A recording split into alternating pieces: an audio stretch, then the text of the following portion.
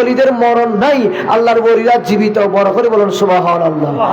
এবং তারা জীবিত সেটা আমরা বুঝতেছি না।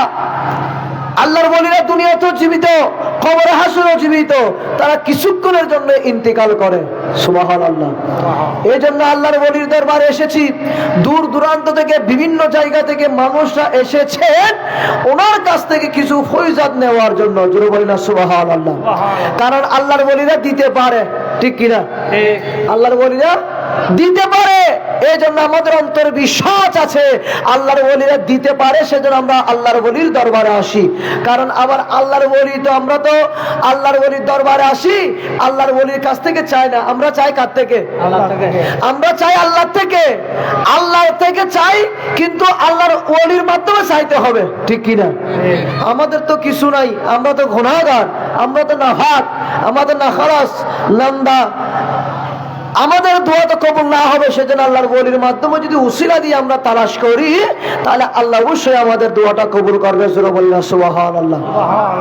এই জন্য আল্লাহ কোরআনের অপর আয়াতের মধ্যে বলেন, ইয়া আইয়ুহাল্লাযীনা আমানুত্তাকুল্লাহা ওয়াবতাগু ইলাইহিল ওয়াসিলা।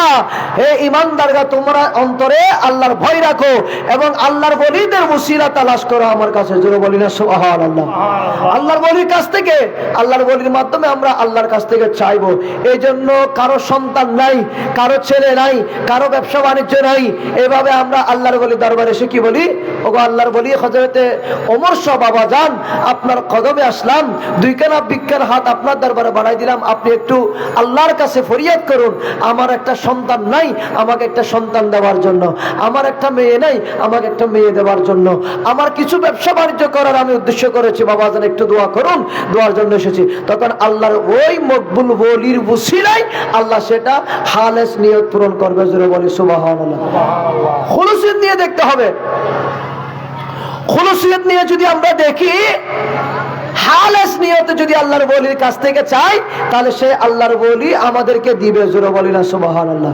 সেগুলো দেবে কোত্থেকে? আল্লাহর কাছ থেকে। আমরা তো ওনার কাছ থেকে চাই না, এটা ওনার কাছ থেকে চাইলে শিরিক হবে, বেদাত হবে, ঠিক কিনা? আমরা চাইবো আল্লাহর কাছ থেকে, কিন্তু উসিলা কে? ওলিয়া আল্লাহ, ওলি আল্লাহগণ, আউলিয়া কিরামগণ। জোরে বলি না সুবহানাল্লাহ। তাহলে সে আল্লাহর ওলির উসিলা নিয়ে যদি তালাশ করি, আমরা উসিলা দিয়ে যদি আল্লাহর কাছ থেকে চাই, সে আল্লাহ অবশ্যই অবশ্যই আমাদেরকে দান করবে। জোরে বলি না সুবহানাল্লাহ। আমরা এই মাহে রমজানে মুবারক মাস চলে আসলো, এই মাহে রমজান মুবারক মাসে দেখেন আমরা এমন একটা দরবারে এসেছি, যেই দরবারে কোনো ভণ্ডামি নেই, যেই দরবারে কোনো নাসানাসি নেই, যেই দরবারে কোনো ফালাফালি নেই, যে দরবারের মধ্যে একটা শুধু কি উদ্দেশ্য, সেটা হলো জিয়ারত। সুবহানাল্লাহ। উদ্দেশ্য কি? জিয়ারত। আমাদের উদ্দেশ্যটা হচ্ছে জিয়ারত। আমরা জিয়ারতের উদ্দেশ্যে আসলাম, কোরআন তেলাওয়াত করলাম, সূরা ফাতিহা পড়লাম, জিকির করলাম, তাসবিহ পড়লাম, দরুদ শরীফ পড়লাম, এগুলো পরে আমরা আল্লাহর ওলির কাছে, আল্লাহর কাছে দোয়া করি। জোরে বলেন না সুবহানাল্লাহ। তাহলে এখানে কোনো ভণ্ডামি নাই, এখানে কোনো নাসানাসি, ফালাফালি, কোনো বেহাইয়াপনা, কোনো অশ্লীল কোনো কার্যকলাপ এই দরবারে চলে না। জোরে বলেন না সুবহানাল্লাহ। আর হযরত শাহ ওমর বাবা যান, উনি অনেক তৎকালীন যুগে এই জায়গায় এসেছেন, আপনারা অনেকে জানেন। এই দরবারে আসলে যে নিয়ত আসে সে নিয়ত পূরণ করে। সুবহানাল্লাহ বলেন না? আমি জানি, যতটুকু ইতিহাস পড়েছিলাম বাবাজান কেবলার জীবনী, এখানে হাতি এসে সালাম করে যেত। সুবহানাল্লাহ বলেন না? এই জায়গা দিয়ে হাতি আসতো, এই গাছের বরাবর এই জায়গায় আসলে হাতি এখানে এসে মাথাটা ঝুঁকাই দিতেন। কোথায়? নিচের দিকে। মাথাটা নিচের দিকে ঝুঁকি দিয়ে কদম মুসি করতেন হযরত শাহ ওমর বাবাজান কদমে। জোরে বলি না সুবহানাল্লাহ। তাহলে আল্লাহর বলি যে সত্যি, এটা বনের জঙ্গলের পশুরা পর্যন্ত স্বীকার করতেছে। জোরে বলি না সুবহানাল্লাহ। আর সেটা আমরা এখনো বুঝতে পারি নাই। এই জায়গা তো পুরা হিন্দু রাজ্য ছিল, বৌদ্ধ রাজ্য ছিল, এটা হিন্দুদের আবাস ছিল, বৌদ্ধদের আবাস ছিল। কিন্তু হযরত শাহ ওমর কেবলা এসে কোথায়? ইয়ামন থেকে এসেছেন উনি। ইয়ামন থেকে, শুধু আরব ভূমি থেকে এসে হযরত শাহজালাল, সিলেট শাহজালাল ইয়ামনির সাথে এসে উনি এই চট্টগ্রাম হয়ে চকরিয়ার জমিনে চলে আসলেন, এখানে সে উনি স্থান নিলেন। জোরে বলেন না সুবহানাল্লাহ। এখানে ওনার মাজার পাক হয়েছে। তো আমি যতটুকু জানি ইতিহাসের মধ্যে যত বন জঙ্গলের পশু আছে সমস্ত পশুর এসে এই দরবারে এসে হাজিরা দিত, এখানে সে কদম মুসি করত বাবাজান কেবলার দরবার এসে। তাহলে বোঝা যায় ইনি কত বড় মর্তবার বলি। জোরে বলেন না সুবহানাল্লাহ। এই জন্য আল্লাহর ওলিদের সাথে দুশ্মনী করবেন না। মান আদালি ওলিয়ান ফাকাদ আযানতু বিল হারব। যারা আল্লাহর ওলির সাথে দুশ্মনী করে আল্লাহ বলে আমি তাদের সাথে জিহাদের যুদ্ধের ঘোষণা দিব। জোরে বলেন না সুবহানাল্লাহ। এই জন্য আমরা আল্লাহর ওলির দরবার আসি আল্লাহর ওলি থেকে কিছু পাওয়ার জন্য, ঠিক কিনা? হালেস নিয়ত আসতে হবে, খুলুসিয়ত লয়ে আসতে হবে। হালেস নিয়ত লয়ে যদি আমরা আসি, খুলুসিয়ত লয়ে যদি আসি, তাহলে হযরত শাহ ওমর বাবাজান আমাদের মনের আশা পূরণ করবে। জোরে বলি না সুবহানাল্লাহ। আর জোরে বলি না সুবহানাল্লাহ। এই জন্য আশিক বলে দিওয়ানা বানাইলো আমায়, পাগল বানাইলো, আশিক বানাইলো আমার মনটা মজাইলো। ওমর শাহ বাবা আমার মন কাড়িল, ওমর শাহ বাবা আমার মন কাড়িল, ওমর শাহ বাবা আমার মন কাড়িল, ঠিক কিনা? আরে এ মনে কারা কাড়িল মন নাই রে আর পাখি, ওরে ইচ্ছে করে নয়নে ভরে বাবার রোজা দেখি, ইচ্ছে করে নয়নে ভরে বাবার রোজা দেখি।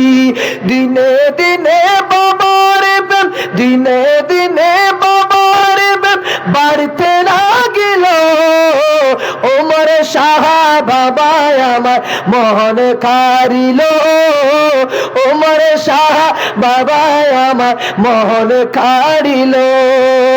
দিওয়ানা বানাইলো আমায়, পাগল বানাইলো, আশিক বানাইলো আমার মনটা মজাইলো, ওমর শাহ বাবা আমার মন কাড়িল। সুবহানাল্লাহ বলে না? হযরতে শাহ ওমর রাহমাতুল্লাহ আলাইহির দরবারে এসে নিজের মনের আরজিটুকু দিবেন, ইনশাআল্লাহ পূরণ করে দিবে। জোরে বলি না সুবহানাল্লাহ। আর জোরে বলি না সুবহানাল্লাহ। এটা মাহে রমজান। এই মাহে রমজানে সিয়াম সাধনা পালন করে আজকে হাজার হাজার মানুষ এই দরবারে আসতেছে রোজা রেখে, রোজা পালন করে নাকি রোজা ছাড়া, রোজা পালন করে সবাই এখানে আসতেছে। এটা রহমতের মাস, বরকতের মাস, মাগফিরাতের মাস। এটা এমন একটা মাস, বরকত মণ্ডিত মাস। আল্লাহ পাকের 30 রমজান এই মাসের মধ্যে আল্লাহ আমাদেরকে দান করেছেন। আমরা কত বড় ভাগ্যবান, আমরা কত নিয়ামত পেলাম, কত রহমত, বরকত, মাগফিরাত সব এই মাসে আল্লাহ দান করলেন। জোরে বলি না সুবহানাল্লাহ। কারণ আল্লাহ পাকের কোরআনে কারীমের মধ্যে আল্লাহ ঘোষণা দিলেন, শাহরু রমাদানাল্লাযী উনজিলা ফীহিল কোরআন। আমি আল্লাহ এই কোরআনটা নাজিল করলাম মাহে রমজানুল মুবারক মাসে। জোরে বলি সুবহানাল্লাহ। তাহলে এই মাহে রমজানুল মুবারক মাস অনেক দামি মাস, অনেক দামি মাস, নিয়ামতের মাস, রহমতের মাস, মাগফিরাতের মাস, নাজাতের মাস। জোরে বলি না সুবহানাল্লাহ। তাহলে আমরা 30 রোজা পালন করব কিনা? কথা বলেন না, 30 রোজা পালন করবে কিনা? আল্লাহ পাক আমাদেরকে সুস্থতা রাখুক, ভালো রাখুক। আমরা আল্লাহর কাছে শুকরিয়া জানাই যাতে আমরা সুস্থতার সাথে ভালো করে এই মাহে রমজান সিয়াম সাধনা পালন করে আল্লাহর দরবারে জিকির করে, কোরআন তেলাওয়াত করে, জিকির করে, তাসবিহ পড়ে পড়ে আমরা তারাবি নামাজ আদায় করে করে আল্লাহর দরবারে দিকে হাত তুলে ফরিয়াদ জানাবো। আল্লাহ পাক আমাদের দরখাস্ত কবুল করবে। জোরে বলি সুবহানাল্লাহ। এই মাহে রমজানুল মুবারক মাস, এই রমজানুল মুবারক মাসে হাজার হাজার মানুষ আজকে দরবার আসবেন। সেহরির ব্যবস্থা আছে, ইফতারের ব্যবস্থা হয়েছে। জোরে বলেন না সুবহানাল্লাহ। আমরা সবাই একসাথে দরবারে বসে ইফতার করলাম। কত সুন্দর আয়োজন, কত সুন্দর ইন্তজাম। ঠিক তারাবি নামাজও হবে, তারাবি নামাজের পর পরে ইনশাআল্লাহ প্রধান বক্তার আলোচনা আরম্ভ হবে। আমি আমার এই সংক্ষিপ্ত সময়ের ভিতর আমি আলোচনা ইতি টানার জন্য চেষ্টা করব। আল্লাহ পাক সবাইকে বসার তৌফিক দান করুক, বড় করে বলুন আমিন। যারা এখনো ঘোরাফেরা করতেছেন ওইদিকে আল্লাহ পাক সবাইকে এদিকে বসে মাহফিলে এই রহমতের প্যান্ডেলে বসে যোগদান করার তৌফিক দান করুক, বড় করে বলুন আমিন। সালাতুন ইয়া রাসূলুল্লাহ আলাইকুম সালাম। আমরা যে মাহে রমজান এসেছে অনেক মাসাল আমরা জানি না, সেগুলো জানার দরকার আছে কি নাই? কথাগুলো আছে কি নাই? এই যে আমরা একটা সাহারি গাই, সাহারির একটা সময় নির্ধারিত আছে কিনা? একটা সাহারির সময় নির্ধারিত আছে। যেমন ধরেন 3:40 বা 3:50 বা 4টা, এখন এই বর্তমানে এখন সময় হচ্ছে 4:45 বা 50, এরকম একটা সাহারির সময় নির্ধারিত। এর ভিতরে আমাদেরকে কি করতে হবে? সাহারিকেই ফেলতে হবে। সুবহানাল্লাহ বলেন না? এর ভিতরে আমরা সাহারিকেই ফেলবো। সাহারিকে আবার আজানের জন্য 10 মিনিট অপেক্ষা করতে হবে। কয় মিনিট? 10 মিনিট। হাদিসে পাকের মধ্যে আছে, হযরতে আব্দুল্লাহ ইবনে আব্বাস রাদিয়াল্লাহু তাআলা হাদিসের পাকের মধ্যে উনি বর্ণনা করতেছেন, এই হাদিসে পাকের মধ্যে আসতেছেন যে অন্ততপক্ষে সাহারি খাওয়ার পরে 50 আয়াত, কয় আয়াত? 50 আয়াত, 50 আয়াত পড়া পর্যন্ত সময় অপেক্ষা করতে হবে। জোরে বলি না সুবহানাল্লাহ। তাহলে আমরা সাহারি খাবো, সাহারি খাবার পরে ওই আজানের ওয়াক্ত পর্যন্ত আমরা অপেক্ষা করব। এখন দেখা যায় আমরা কি করি? সাহারি খাই, খাইতে খাইতে খাইতে খাইতে ওইদিকে আজানের টাইম হয়ে যাচ্ছে, আজান দেওয়া পর্যন্ত আমরা খাইতে থাকি। এবং আর অনেকজন বলে ঘরে মহিলারা, বিশেষ করে এগুলো মহিলারা বলে, বেশিরভাগ আমার মা বোনরা বলে এখন তো আজান দিচ্ছে আরো খেতে পারবেন, আজান দিচ্ছে তো খেয়ে নাও, আজান তো এখন শেষ হয় নাই। কিন্তু এটা রোজা হবে? বলো হঠাৎ রোজা হবে? এটা রোজা হবে না। কারণ আপনার রোজা কখন হবে? আপনি সাহারি যে নির্ধারিত টাইম আপনাকে সেটিং করে দেওয়া হলো 4:50, এই 4:50 ভিতর আপনার সেহরি খাওয়া বন্ধ করতে হবে। আপনাকে যখন মাইক ইসলাম এলান দেওয়া হবে সেহরি খাওয়া বন্ধ করো, সেহরি খাওয়া বন্ধ করো, তখন আপনি সাহারি বন্ধ করে দিবেন। এরপরে আজানের সময় হবে, এরপরে আজান দিবে, আজানের পরে হচ্ছে নামাজের জন্য। জোরে বলেন না সুবহানাল্লাহ। আজান হচ্ছে সাহারির সময় না, আজান হচ্ছে ওয়াক্তের জন্য, আজান হচ্ছে নামাজের জন্য আহ্বানকারী। যারা নামাজ পড়বে তাদেরকে ডাকার জন্য আজান দিবে। সুবহানাল্লাহ বলেন না? সাহারি একটা সময় আছে, এতটুকু পর্যন্ত আপনার সাহারি বন্ধ করবেন। যখন আল্লাহু আকবার বলে আজান দিবে, সেই আজানটা হচ্ছে কি? ওই আপনি নামাজ পড়বেন, নামাজে আসার জন্য, নামাজে আসার জন্য হাইয়া আলাস সালাহ, নামাজে আসো, নামাজে আসো। জোরে বলেন না সুবহানাল্লাহ। এখন মোটামুটি বোঝা গেল সাহারি কোন টাইমে খাইবেন। আমাদের জামানায় তো এখন সাহারি খাই, আজান দিলে পর্যন্ত সাহারি খাইতে থাকে, ঠিক কিনা? এই পরিহারগুলো আপনারা এগুলো কি পরিহার করেন? এই অপসংস্কৃতিগুলো আপনারা পরিহার করুন। আপনারা শরীয়ত সম্মত মাসালাগুলো জানেন, এগুলো জানার দরকার আছে। শুধু আমরা আগের যুগের মা বোনদের কথা শুনে শুনে, মুরব্বীদের কথা শুনে শুনে থাকলে হবে না। এখন সাহারির সময় নির্ধারিত যে সময় আছে, এর ভিতর সাহারি খাওয়া একটা বরকত। জোরে বলেন না সুবহানাল্লাহ। আবার অনেকে বলে আমি তো 12টার পরে 1টা বাজে আমি কি খাইলাম, 1টা বাজে আমি ভাত খাইলাম, তাবুরক খাইলাম, আমি ঘুমাই যাইগা, আমি ঘুমাইলে আমার রোজা হয়ে যাবে। রোজা হবে কিন্তু সুন্নত আদায় হবে না। সুবহানাল্লাহ বলেন না? সাহারি খাওয়া বরকত। সাহারির মধ্যে কি আছে? বরকত আছে। সাহারির মধ্যে বরকত আছে। আপনি যখন সাহারির সময় হবে, ওই সময় একসাথে আপনি সাহারি খাবেন, সেই সাহারির মধ্যে বরকত আছে। সেটা হচ্ছে সুন্নত আমার রাসূলের। জোরে বলি সুবহানাল্লাহ। তাহলে আমরা এই নিয়মে সাহারি খাবো। এই নিয়মে যদি আমরা সাহারি খাই, আমাদের রোজা পরিপূর্ণ হবে, আমাদের রোজাটা পালন হবে। জোরে বলি না সুবহানাল্লাহ। আল্লাহ পাক আমাদের আপনাদের সবাইকে এই সাহারি খেয়ে মাহে রমজানের সিয়াম সাধনা পালন করে, নামাজ পড়ে, আমরা ইফতার করে আমাদের রোজাগুলো আমরা যারা পরিপূর্ণভাবে আদায় করতে পারি, সেই তৌফিক দান করুক। বড় করে বলেন আমিন। আর জোরে বলেন না আমিন। এবং এই মাহে রমজানের ভিতরে, এই মাহে রমজানের ভিতরে আরেকটা দামি মাস, আরেকটা দামি রাত আছে। সুবহানাল্লাহ বলেন না? কোন রাত? কোন রাত বলেন না? দামি রাত, কি রাত?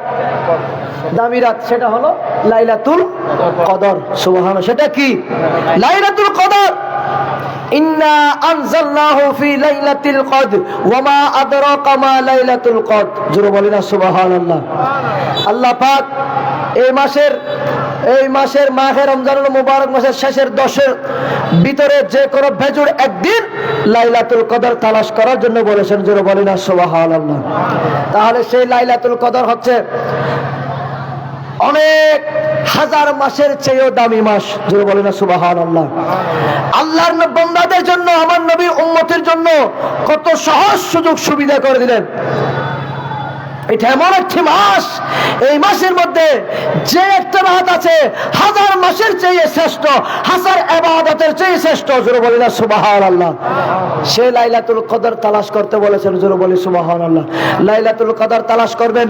সেই লাইলাতুল কদরের দিন আসমান থেকে সমস্ত ফেরেশতারা জমিনে নেমে আসে এবং স্বয়ং রব্বুল আলামিন প্রথম আসমানে এসে বান্দার দিকে তাকায়, ও বান্দা কি চাও? ও বান্দা তোমার কি চাওয়ার চেয়ে নাও, তোমার কি ইচ্ছা আছে আমাকে বলো, তোমার কি চাওয়ার চেয়ে নাও, তোমার কি আশা চেয়ে নাও, আমি আল্লাহ দেওয়ার জন্য বসে আছি। জোরে বলেন সুবহানাল্লাহ। সেখানে আল্লাহ পাক যখন বান্দাদেরকে ডাকবে, কে আছো গুনাহ ক্ষমা চাইবার, কে আছো গুনাহ ক্ষমা চাইবার, গুনাহ ক্ষমা চেয়ে নাও, আমি আল্লাহ গুনাহ ক্ষমা করে দেব। সেটা কোন দিন? ওই লাইলাতুল কদর। সুবহানাল্লাহ বলেন না। এই লাইলাতুল কদর ইবাদত করবেন, ইবাদতের রিয়াজত করবেন, কোরআন তেলাওয়াত করবেন, জিকির করবেন, নামাজ পড়বেন, দান সদকা করবেন। কারণ কেন আল্লাহ পাক বলেন লাইলাতুল কদর হচ্ছে হাজার মাসের চেয়ে শ্রেষ্ঠ। কখন ইবাদত করবেন? হাত্তা মাতলাইল ফজর, ফজর উদিত হওয়া পর্যন্ত আপনি লাইলাতুল কদর ইবাদত পালন করবেন। জোরে বলি না সুবহানাল্লাহ। যে এখন সেই লাইলাতুল কদর আমরা পাইবো, হয়তো আগামী বছর আমাদের তকদিরে নাও থাকতে পারে, আগামী বছর আমাদের তকদিরে নাও থাকতে পারে, আগামী বছর আমরা নাও পেতে পারি। তাহলে আমরা বড় ভাগ্যবান, বড় তকদিরওয়ালা যে আমরা লাইলাতুল কদর পেয়েছি। জোরে বলুন সুবহানাল্লাহ। আল্লাহ পাক আমাদের সবাইকে বোঝার তৌফিক দান করুক। বড় করে বলুন আমিন। আর একটু জোরে বলি না আমিন।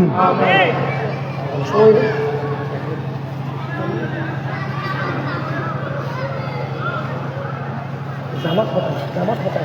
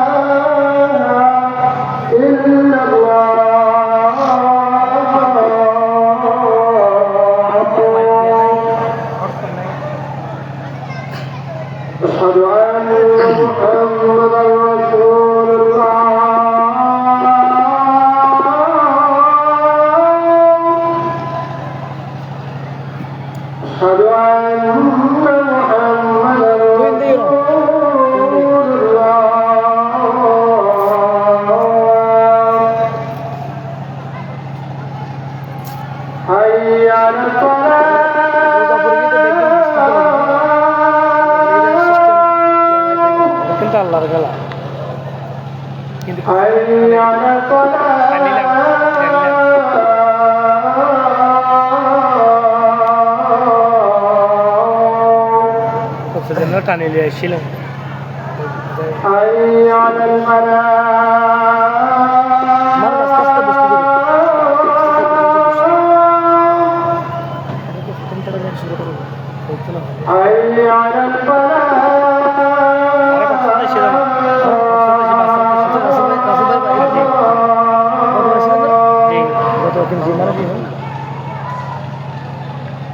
الله أكبر الله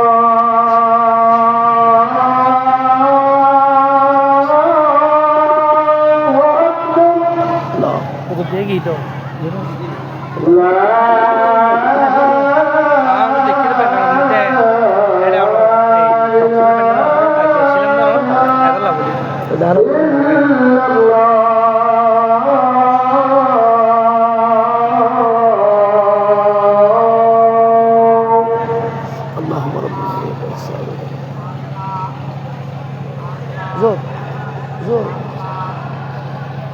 ফাস্টফুড পুজো করবে আগে ফাস্টফুড জামা তো ফাস্টফুড সঙ্গে দিন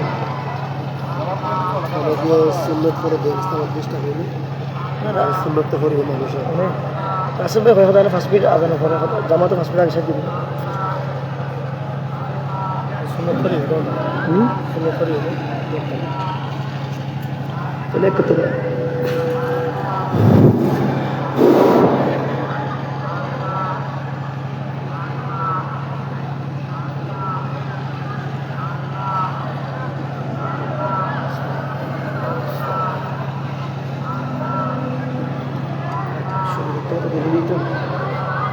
আসার পর টাকা দিল জামা তো পরে